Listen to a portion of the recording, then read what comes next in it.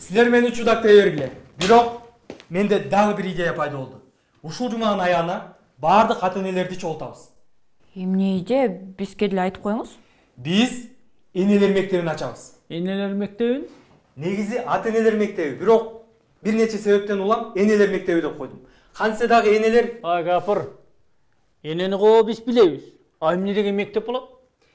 Мен ойлоп көрсөм, баардыгы үй бүлөдөн экен. Эгерде ата-энелер окубаса, анда балдары да окубайт. Биз энелер мектебинде кантип туура ата-эне болууну үйрөтөбүз. Ата-энелер үчүн түзүлгөн усулдук сунуштар. Бул прообраз энелер мектебинин. Ата-энелер үчүн мен шуну жазып, анан баягы Айгүл жазат го түндө отуруп киноңордо. Анан кийин муну мынандай, муну карасаңыз, бул эс эме менен турат да, ошол мезгилдеги. Ошо кагаздар. Анан ушуну ксерокоп эмеден копиядан алба ксерокопия жок эле. Кагаздан көбөйтүрүп ата-энелерге берип турдук. Кийинчерээк биринчи жолу ата-энелер сиздер үчүн китеби мынабул чыкты. Кийинчерээк чыкканы мынабул болду. Ата-энелер сиздер. Бул 2000-жылы чыкты. 2001 жыл. Биринчи бетиге атамды койдум. Эне болууну кимден үйрөндүңүз? Жок, мен серьезно сурап атам. Эне болуш үчүн мындай кыл, буларды жаза деп ким үйрөттү сизге? Эми эл катары эле ата-энелерибиз үйрөттү да. Эми карасаңар динамиканы. Мындай чыкты, анан бул чыкты, кийин бираз каражатты топтоп, анан бул чыкты.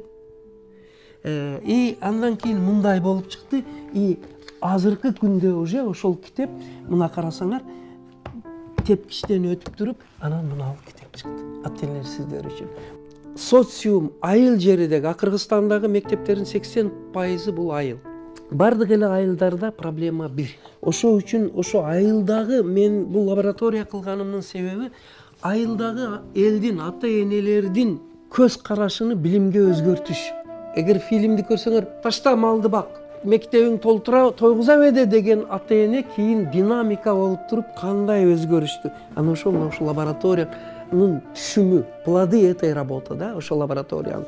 Ошондо бул лаборатория бир жагы ата-эне менен иштеп ата-энени өзгөртсө, экинчи жагы мугалим менен иштеп мугалимди өзгөртсө, үчүнчүсү окуучу менен иштеп окуучуну өзгөртсө, төртүнчүсү мына коомдук уюмдар, айыл өкмөттөрү, женсовет, мужсовет, аксакалдар кеңеши, жаштар уюмдары аркылуу социумду өзгөрткөндөн кийин гана анан билим сапаты болот экендиги мына жерде берилген.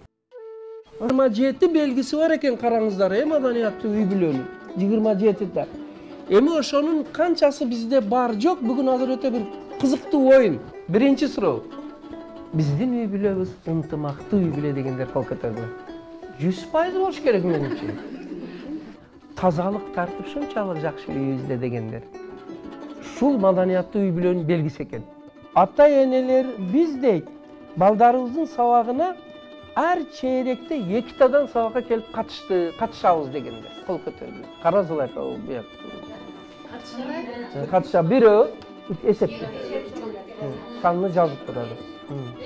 5 болду. Жаман эмес, но кагандар анча неудобно болуп атасыңарбы? Ар чейректе, бир чейректе өзү 2 ай, 3 ай болот. 2 ай, 3 айда бир сабакка келип катышып коюшсоңор жакшы болот экен да, туурабы? Ар базардан кабайым тойдон дегендер бир кол көтөрүп койгула. Ар базардан кабайбыз, ар тойдон калбайбыз, келип мектепке бир чейректе 5 эле катышат экен.